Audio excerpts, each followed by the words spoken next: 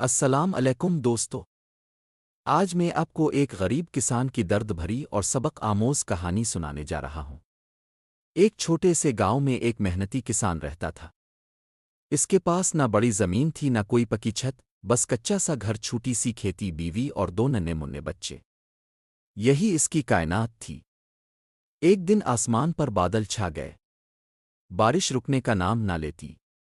ندی نالوں میں طوفانی پانی بھر گیا اور گاؤں کے کچے مکان ایک ایک کر کے ٹوٹنے لگے۔ وہ کسان بھی اپنے بچوں اور بیوی کو ساتھ لے کر گھر کی چھت پر چڑھ گیا۔ نیچے پانی بڑھتا جا رہا تھا، سامنے اپنی کھیتی اور محنت کو ڈوبتا دیکھ کر اس کا دل ٹوٹ رہا تھا۔ بچے رو رہے تھے، بیوی خوف زدہ تھی، مگر وہ کسان ہمت سے سب کو تسلی دیتا رہا۔ ڈرو نہیں، اللہ بڑا کارساز ہے، وہی راستہ نکالے گا۔ آخر کار گاؤں والے کشتی لے کر پہنچے اور سب کو بچا لیا۔ کسان کی کھیتی، گھر اور سامان تو پانی بہا لے گیا، لیکن اس کی جان اور بچوں کی زندگی بچ گئی۔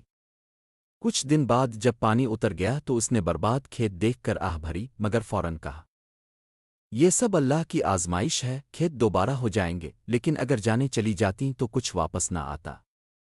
دوستو، اس کہانی سے ہمیں یہ سبق ملتا ہے کہ دنیا کی چیزیں وقتی ہیں، اصل دولت ہماری جان اور ہمارے پیارے لوگ ہیں۔ مشکلات میں صبر اور حوصلہ کرنے والا ہی اصل کامیاب انسان ہے۔